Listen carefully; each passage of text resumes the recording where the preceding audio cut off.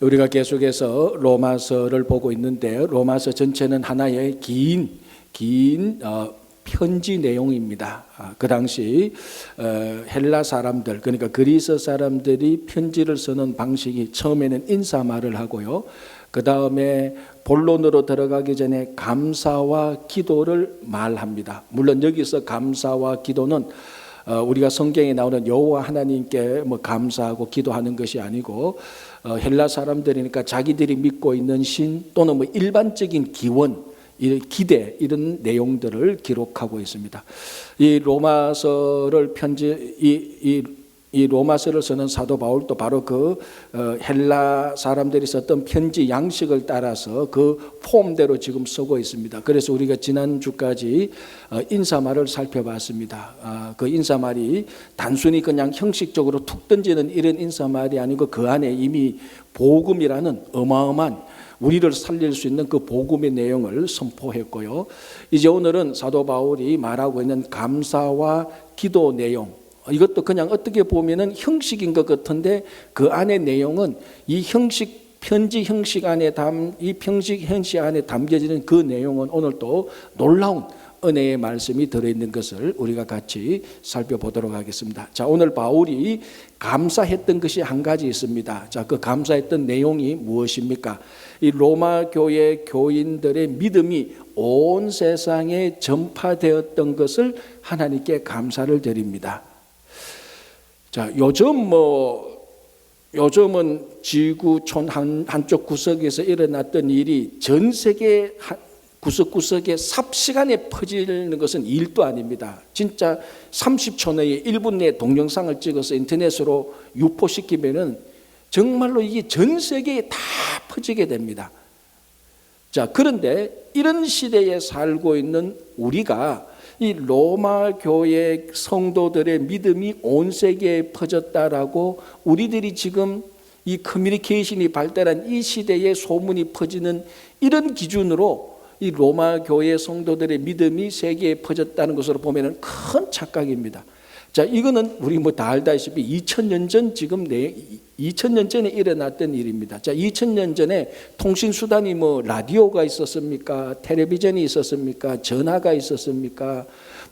편지는 있었습니다. 근데 이 편지도 전부 다 인편으로 보내는 편지죠. 이쪽에서 편지 한번 보내면 저쪽에 가는데 6개월, 1년, 2년 걸리는 그런 통신수단, 그런 거는 있었지만 우리가 서는 이메일이 있었던 것도 아니고 페이스북도 아니고 인스타그램도 아니고 카톡도 없고 진짜 통신수단이라고는 그때나 지금이나 여전히 동일한 거 딱 하나 있었습니다. 그거 뭐죠? 우리가 잘 아는 입소문. 이거는 에덴 동산에서부터 예수님 오실 때까지 영원히 변치 않는 그러나 가장 확실한 통신수단이 입소문입니다. 그러니까 로마 교회 교인들의 믿음이 전파된 통신수단이 뭐라고요? 입소문이죠. 그럼요, 다른 수단이 없습니다. 그때는 TV로 방영된 것도 아니고 유튜브로 우리가 보는 것도 아닙니다. 오로지 하나 입소문에 의하여서 로마 교회 교인들 성도들의 믿음이 온 세계에 전파됐습니다. 자, 로마서를 사도 바울이 고린도에서 쓰고 있습니다. 그런데 고린도에서 쓰고 있는, 여러분 지도를 보면 로마하고 고린도가요 며칠 사이에 왔다 갔다 할 수 있는 거리가 아닙니다. 몇 개월 여행을 거쳐야 되는 겁니다. 자, 이런 고린도에 있는 바울에게도 로마 교회 성도들의 소문이 생생하게 들렸습니다. 누가 이 입소문을 냈을까요? 어떤 사람들이 입소문을 냈을까요? 자, 우리 여러 종류의 사람인데 분명히 한 가지 확실한 사실은 로마를 방문했던 사람들에 의하여서 입소문이 나는 겁니다. 그렇잖아요. 로마를 가보니까 이곳저곳을 가보니까 그곳에서 로마 교회 성도들의 믿음에 대해서 듣고 보고 경험하고 이런 사람들이 자기 고향으로 가서 아니면 다른 지역을 여행하면서 그걸 소문을 내는 것입니다. 자, 로마는 인류 역사적으로 가장 위대했던 도시입니다. 사실은 여러분 유럽 여행을 가는 사람들한테 하는 말이 있습니다. 로마는 제일 나중에 방문하세요. 로마를 제일 처음 방문하면요, 그 다음에 유럽 가는 데가 다 시시합니다. 왜냐하면은 건축학적으로, 문명적으로, 문화적으로 보면은 유럽의 모든 문화는 사실은 로마 제국의 로마의 아류에 불과한 겁니다. 물론 차이는 있죠. 물론 그 지역과 그 지방의 독특한 문화와 문명은 반드시 있습니다. 그거는 아주 특별하게 또 볼만한 가치가 있지만 그 유럽 문명의 흐름, 건축, 문화 뭐 이런 모든 양식은 전부 다 로마에서 다 나왔다고 해도 과언이 아닙니다. 그만큼 로마는 그 시대 지구의 중심이었습니다. 정치, 경제, 사회, 문화, 학술, 뭐 예술 모든 것이 중심이었습니다. 자, 그런 이 로마의 한 사람이 방문을 한다고 생각해 보시죠. 자, 그러면 그 정치, 경제를 보고 학문과 예술을 보고 어마어마한 건축물을 보고 자기 고향으로 옵니다. 아니면 다른 지역을 갑니다. 거기서 사람들을 만납니다. 무슨 얘기를 합니까? 야, 내 로마에 가보니까. 너희들 안 가봤지? 내 로마에 가보니까. 야, 그 건축물 위대하더라. 너희들 가서 그거 봤냐? 그 금투사가 사자고 싸우는 거 봐서 우와 하면서 별 이야기를 다 합니다. 그런데 한 가지 빠지지 않고 하는 얘기가 있었습니다. 그게 무슨 얘기입니까? 로마 교회 교인들의 믿음 얘기를 했다니까요. 여러분, 이게 보통 일이 아니잖아요. 여러분, 로마를 방문했던 사람이 고향으로 다른 지역을 가면서 빠뜨리지 않고 로마 교회 성도들의 믿음이 좋더라고 얘기를 했다는 것은 최소한 로마 교회 성도들의 믿음이 로마의 건축물과 문화와 학술과 예술하고 비교해서 절대로 뒤지지 않았다니까요.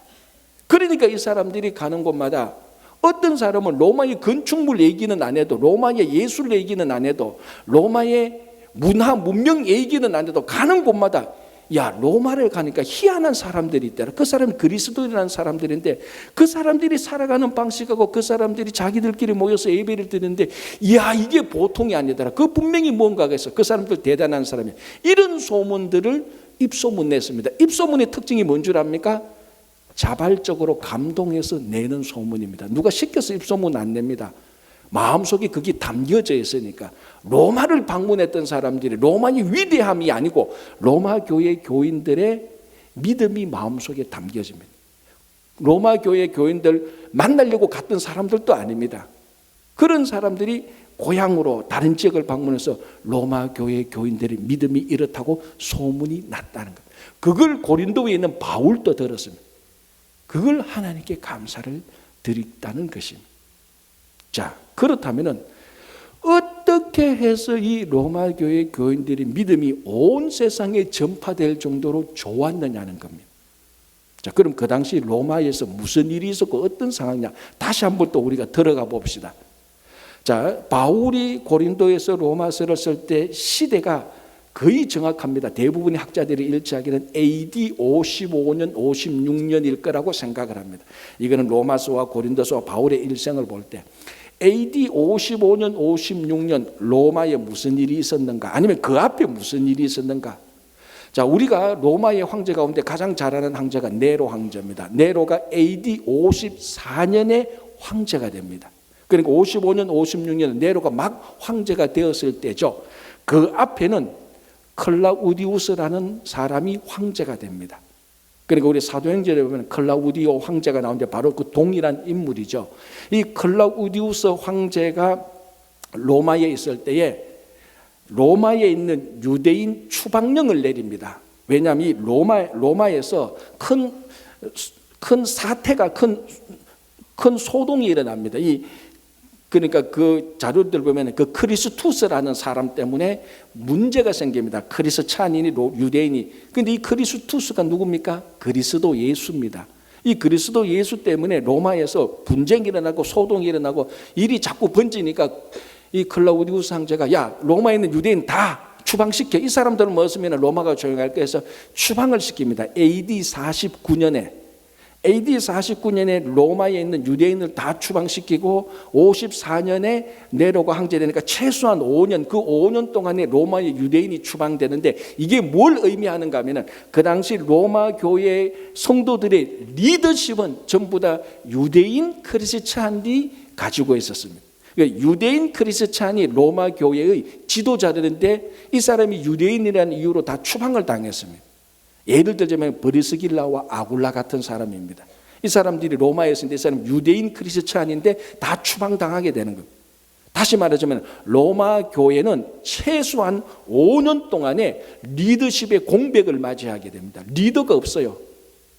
여러분, 대부분의 단체나 대부분의 기관들 보면 리더십이 없으면, 리더가 없으면 굉장히 힘이 떨어지고 어떨 때는 기관이나 단체가 해산됩니다. 특별히 교회는요, 이 리더십이 제일 민감한 기관과 단체입니다. 교회 리더십이 없으면요, 금방 무너집니다. 그런데 이 로마 교회가 리더십 최소한 5년의 리더 지도자가 없이 신앙생활을 했습니다.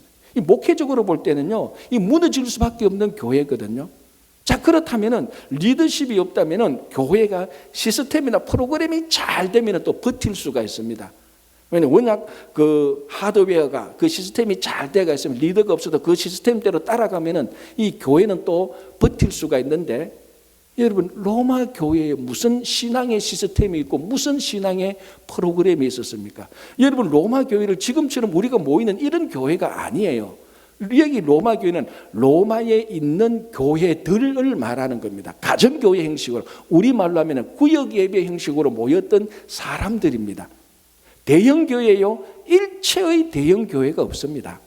시스템요, 프로그램 하나도 없습니다. 우리말로 하면 교회를 갔는데, 로마 교회를 방문했는데 주일학교 프로그램이 없어요.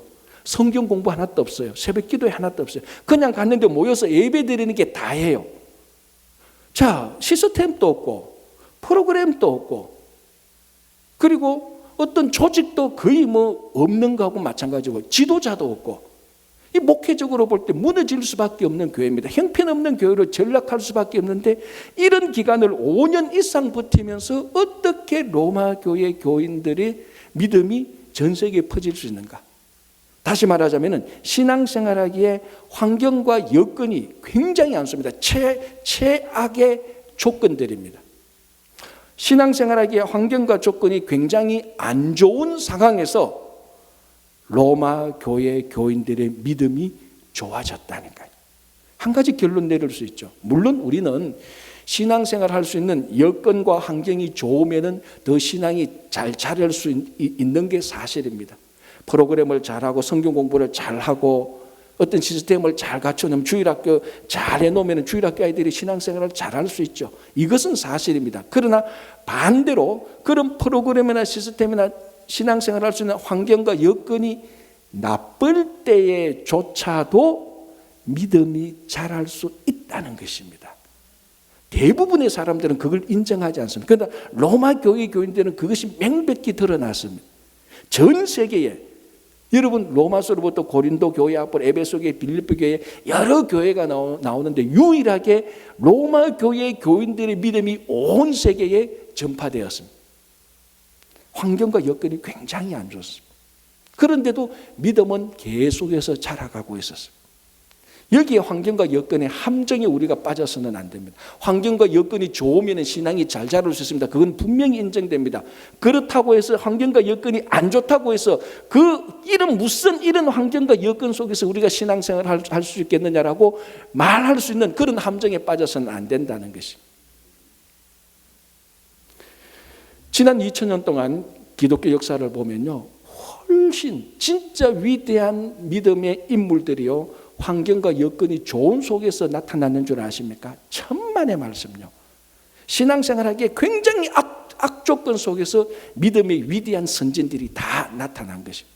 자, 중국을 한번 볼까요? 여러분, 중국에 기독교가 언제 들어갔는 줄 압니까?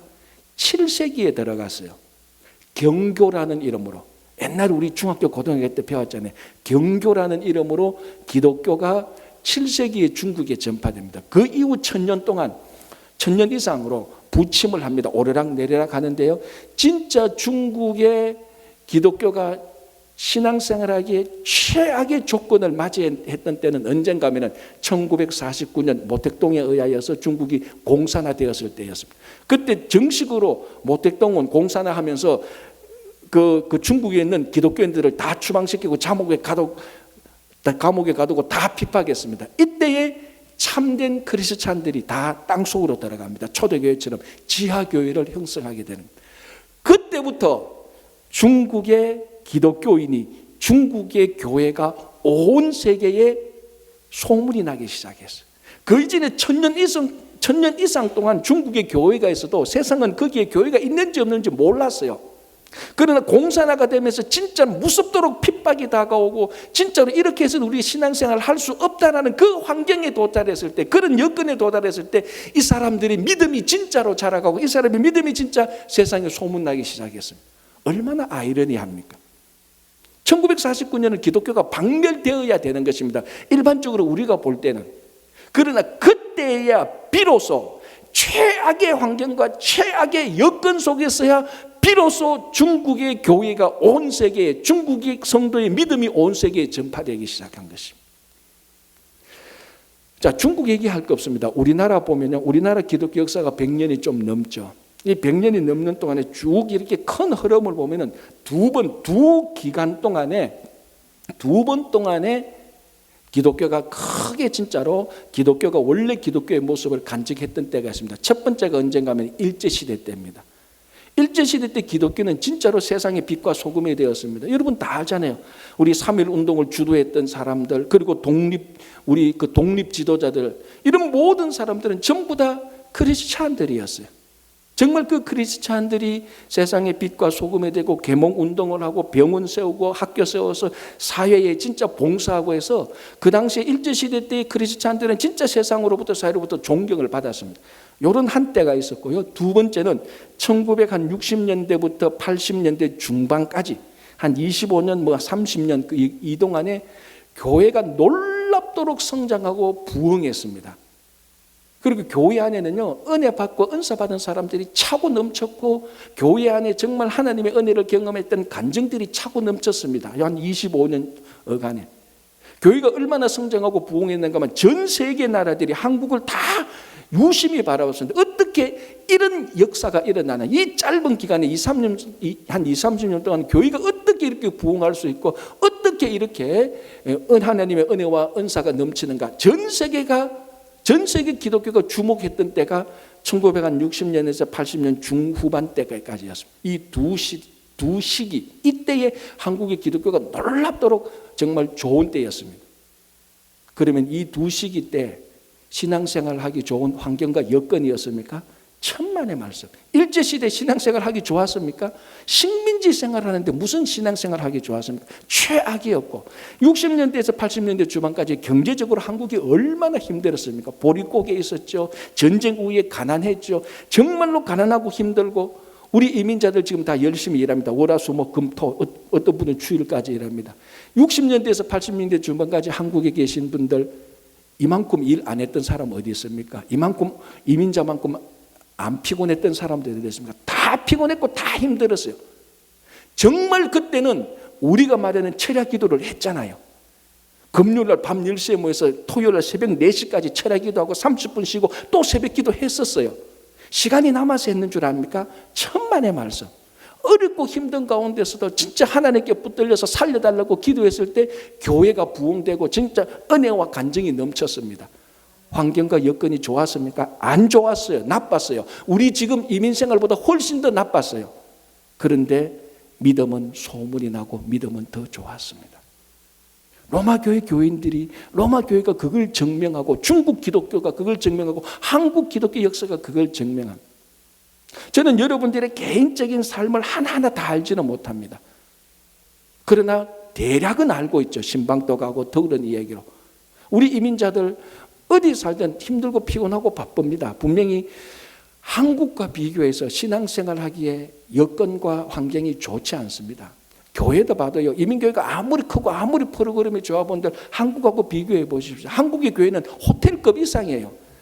카페 없는, 커피숍 없는 한국 교회가 어디 있습니까? 저 시골 총구석에 가봐도 교회에 있고 그 안에 보면은 커피숍이 따로 있어요. 그만큼 지금 여건과 환경이 좋아요. 그런데 믿음은 소문나고 있습니까? 나긴 나지요. 나쁘게 나지요. 여러분, 한국의 기독교가 1980년대 중반, 1990년대부터 대형 교회, 영어로 말하면 메타처치가 생기기 시작했습니다. 어떤 사람은 이제 진짜 한국 교회는 한국 기독교의 복음률이 25%에서 30%, 40% 된다고 장담했던 사람들이 있었습니다. 왜 이제 대형 교회가 나타나면서. 그러나 그때부터 믿음의 소문은 점점 나빠졌고 지금까지 와가 있어. 신앙생활 하기 환경과 여건이 더 좋았어요. 더 교회가 커졌고 더 프로그램도 좋고 더 세련된 교사들이 있었고 더 공부 많이 한 지도자들이 있었어요. 그러나 믿음의 소문은 더 나쁘게 났습니다. 우리 각자의 환경과 여건이 신앙생활하기 어렵다고 해서 믿음이 퇴보되는 것은 절대로 아닙니다. 아이러니하게 이때가 정말 믿음이 자랄 때입니다. 로마 교회 교인들이 그랬습니다. 우리도 그런 경험을 했었습니다. 다시 한번 우리가 인생생활을 살면서 여러분들이 어렵고 힘들 때, 야, 이거 이렇게 해서 내가 신앙생활 하기에 너무 환경과 여건이 안 좋다. 그래서 이 신앙생활 안 되겠다. 절대로 그런 함정에 빠지지 마시기 바랍니다. 바로 그때가 진짜 믿음의 소문이 날 때입니다. 믿음이 진짜 자랄 때입니다. 절대로 환경과 여건에 압도되어서 좌절하지 마시고 낙담하지 마시기 바랍니다. 자, 이제 이렇게 믿음의 큰 소문이 난 것을 보고 사도 바울이 감사를 했습니다. 자, 이제 바울이 기도를 하기 전에 바울이 하나님을 섬기는 데 대해서 얼핏 한마디를 하는데 대부분은 이 한마디를 그냥 읽고 넘어가는데 이 말 안에 담겨진 어마어마한 바울의 신앙 고백이 있는데 그게 9절입니다. 제가 한번 읽어드릴게요. 내가 그의 아들의 복음 안에서, 자, 내가는 누굽니까? 바울이죠. 바울이 그의 아들, 하나님의 아들의 복음 안에서 내 심령으로 섬기는 하나님이. 자, 바울은 하나님의 아들의 복음, 그러니까 예수 그리스도의 복음 안에서 바울의 심령으로 하나님을 섬긴다라고 말을 했습니다. 뭐 별말 아닌 것 같아요, 그죠? 자, 여기서 차곡차곡 읽어보면요, 섬긴다는 말은 우리가 교사로서 섬긴다, 성가대로서 섬긴다, 장로로서 섬긴다, 이런 섬긴다 하는 거 좀 차이가 납니다. 원래 여기서 섬긴다는 원뜻은 제의적인 용어입니다. 무슨 말인가 하면 제사를 드릴 때, 구약에서 제사, 즉 예배를 드릴 때, 즉 제사, 예배를 통해서 하나님을 섬길 때 사용하는 바로 그 용어입니다. 그리고 좀 차이가 나죠.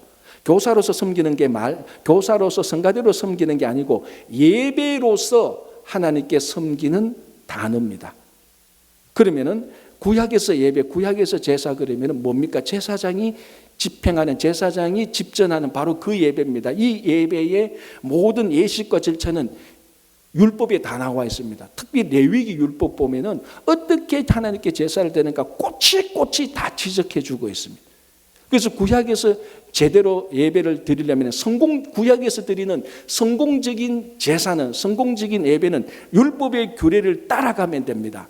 요렇게 하고 요 시간에 요런 방식으로 제사를 드리라 하면 그런 방식으로 그대로 따라가면 율법의 규례 내에서, 규정 내에서 따라가면 성공적인 제사, 성공적인 예배가 됩니다.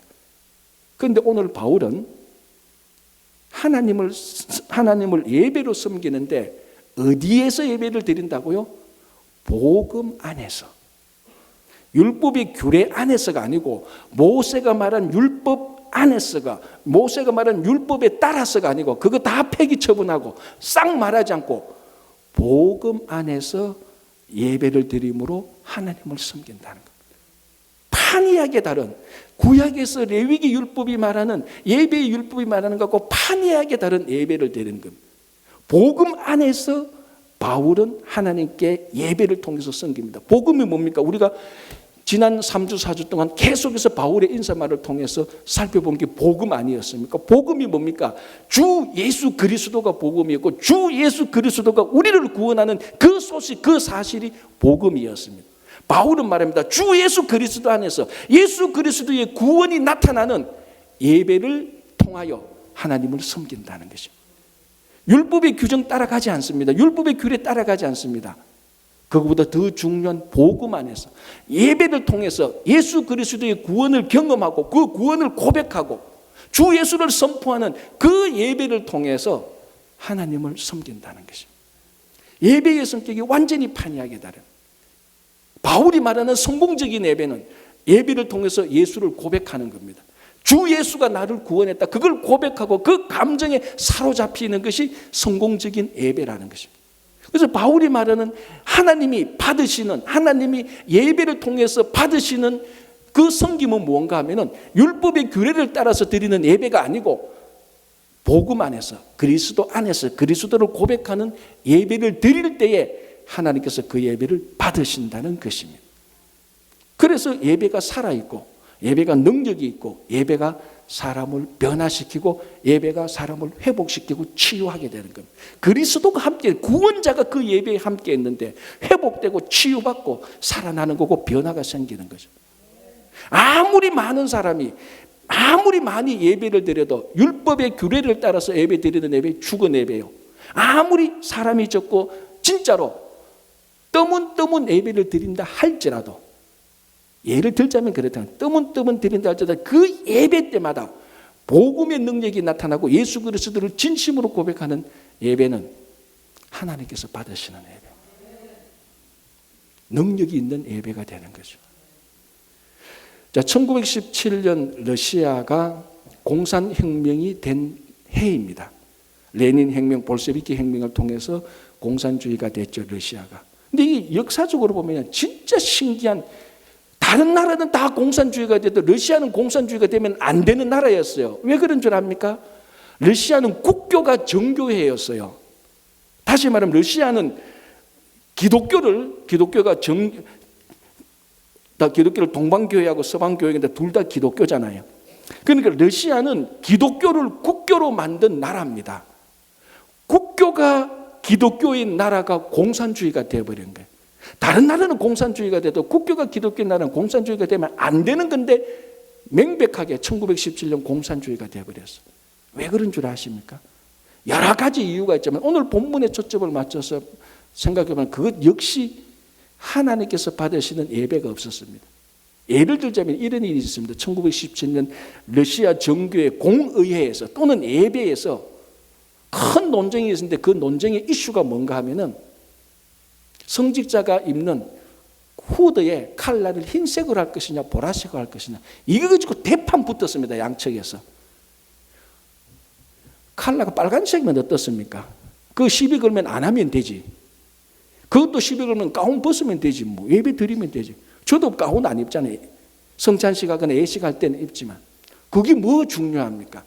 그 예배 속에 그리스도를 만나고 구원을 고백하는 예배가 있어야 되는데, 그 예수 그리스도 구원의 예배, 복음, 그것은 사라지고 자기들이 만든 규정 거기에 붙들려 가지고 치고받고 싸웁니다. 그게 러시아 국교였던 정교회의 한 단면이었습니다. 그때 공산주의 혁명이 있었는데 공산주의가 몇 명인 줄 아십니까? 45,000명이었습니다. 러시아 정교회는, 러시아 정교회가 국교였으니까 러시아 사람들 다 국교회 정교회 교인이라고 볼 수도 있죠. 수천만 명이었습니다. 45,000명의 공산주의가 수천만 명을 뒤집어 엎어버렸습니다. 왜? 수천만 명이 된들 뭐합니까? 그 예배에 복음이 없고 그 예배에 예수가 없고 그 예배에 회복이 없고 능력이 없는 그 정교의 껍데기밖에 없습니다. 그건 공산주의 45,000명은 목숨 걸고 공산주의 했거든요. 이 사람이 이기죠. 수천 명이 매일 예배를 드려본들 사도 바울이 말하는 복음 안에서 예배가 없는데, 예수 그리스도의 구원의 감격이 없고 고백이 없는데 그 예배는 전부 다 껍데기 예배고 인간의 모임밖에 안 되는 겁니다. 공산주의가 이겨버렸습니다. 그래서 공산주의가 된 겁니다. 여러분, 우리는 정기적으로 매주일 예배를 드립니다. 어떤 분은 새벽 기도도 드리고 개인적으로 댁에서 가정 예배도 드리고, 예배를 많이 드리는 것은 참 좋습니다. 그건 권장하죠. 그러나 한 번 한 번 예배를 드릴 때 예수 그리스도를 위한 구원의 감격과 고백과 선포가, 복음의 능력이 나타나는 예배를 드리시기를 바랍니다. 자, 또 한마디 더 합니다. 복음 안에서 내 심령으로 섬기는 하나님 말합니다. 자, 다시 말하자면 이 섬긴다는 것은 제의적, 제사, 예배를 통해서 섬기는 겁니다. 자, 구약에서 이스라엘 백성들이 하나님께 제사를 드릴 때 무엇으로 섬겼습니까? 제물을 가지고 나왔습니다. 그래서 번제를 드릴 때는 무슨 제물, 소제, 화목제, 속건제, 이런 속죄 제를 때 때는 다 규정을 정해놨습니다. 거기에 맞는 그 제사에 맞는 예물을 다 정해놓음으로 말미암아 그 예물을 가지고 와서 하나님을 섬기도록 했습니다. 당연한 거죠. 그리고 반드시 하나님께 들어올 때는 빈손이 아니고 하나님께 감사함으로 헌신함으로 예물을 가지고 와서 하나님을 섬겨야 됩니다. 그 예물을 가지고 와서 섬겼다는 것이 잘못된 게 아니고 그 예물 안에 하나님이 기뻐하시는 감사와 헌신의 감격이 없었다는 게 문제였습니다. 어떻게 하면 이 예물을 율법의 규례에 어긋나지 않을까? 그래서 어떻게 합니까? 그 레위기에 보면은 얼마를 드려 무게도 나오고 어떻게 드려야 되고 그 온갖 규정들이 다 있습니다. 그러나 바울은 말합니다. 원래 예배는 하나님이 받으실 만한 예물로 하나님을 섬기라고 되는데 바울은 말합니다. 내 심령으로 하나님을 섬긴다. 어떤 물질에 집착하는 것이 아니고 정말 하나님이 기쁘시는 내 심령, 하나님을 감사하고 기뻐하고 영광을 돌리고 구원의 감격이 있는 그 심령으로 하나님께 예배를 드리는 것입니다. 하나님께서 받으시는 예배죠. 자, 우리가 잘 아는 요한복음 4장에 무슨 내용이 나옵니까? 예수님이 사마리아에 있는 수가성의 여인과 만나게 되는 것입니다. 이슈가 무엇입니까? 대화는 토픽이 뭐였습니까? 예배 문제였잖아요. 그 여인이 예배 문제에서 어디에 집착하고 있습니까? 어디서 예배를 드릴까? 예배 장소에 집착하고 있습니다. 정통 예배 장소는 예루살렘인데 자기는 사마리아에 있으니까 사마리아 사람이 예루살렘으로 못 갑니다. 가면 요고도 먹고 어쩌면 돌멩이 맞아 죽을지도 모릅니다. 자기 평생 소원이 예루살렘 성전에서 한번 예배 드리는 건데 자기는 사마리아에서 예배 드리니까 우리말로 하면은 이게 뭐 제대로 예배가 되겠습니까? 예루살렘에서 한번 드려야 되는데 사마리아에서 매번 드리면 무슨 이게 예배가 되겠습니까? 그런 말이 될 수도 있습니다. 그때 예수님께서 뭐라고 말씀하십니까? 예배는 하나님이 영이시니까 신령과 진정으로 드리라고 말합니다. 예배에 대해서 이 여인은 물리적인 장소에 집착하고 있는데 예수님은 하나님은 영이시기 때문에 물리적인 장소는 아무 상관이 없다. 진짜 하나님은 영이시니까 너희가 영으로 예배를 드리라는 것이 그 신령과 진정으로 예배를 드리라고 말하는 것입니다.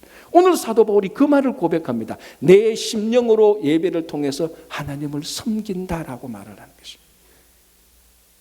우리는 신앙생활하면서 하나님께 예배를 드린다고 말하면서 물질에 집착하고 물리적인 장소에 물리성, 물질성에 집착하는데 예배는 그게 아닙니다. 하나님께서 기뻐하시는 내 심령, 이 심령이 기뻐함을 가지고 하나님을 만날 수 있는 기대감을 가지고 나와서 구원의 감격을 맛보고자 하는 기대감을 가지고 나왔을 때 하나님께서 그 예배를 받으시고 하나님께서 영광을 거두시는 예배가 되는 것입니다.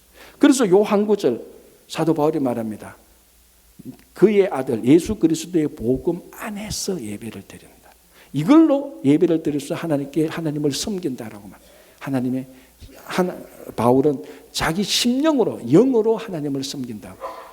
물론 이 섬긴다는 말은 제가 처음 말씀드린 것처럼 예배에 제한되는 겁니다. 그러나 이제 우리는 이 섬기는 것을 예배에 제한하지 말고 우리 삶 속에 한번 우리가 적용해 보면은 정말 우리의 삶이 어때야 됩니까? 무엇을 하든지 어떤 일을 하든지 내 직업이 무엇이든지 내 나이가 무엇이든지 인종이 무엇이든지 얼마나 배웠든지 우리는 모든 삶을 예수 그리스도의 복음 안에서 행해야 되는 것입니다. 직장에서 섬김과 교회에서 섬김과 가정에서 섬김이 진짜 본질적으로 복음을 만나는 복음 안에서 그리스도 안에서 섬기는 것이 되어야 되는 것입니다. 무슨 일을 하든지 우리가 하나님과 관련된 모든 일은 아니 우리 일상적인 모든 삶은 우리 심령이 거듭나서 여기에 대한 감격과 기쁨으로 섬기고 하나님께 예배드리는 일상적인 삶을 살아갈 때 구약의 예배를 통해서 하나님을 섬기는 것이 이제 진짜 예수 그리스도를 통하여서 그 예배, 일상적인 삶이 완성되어지는 것입니다. 이 속에서 여러분들이 매일매일 복음의 능력으로 살아가기를 간절히 바랍니다.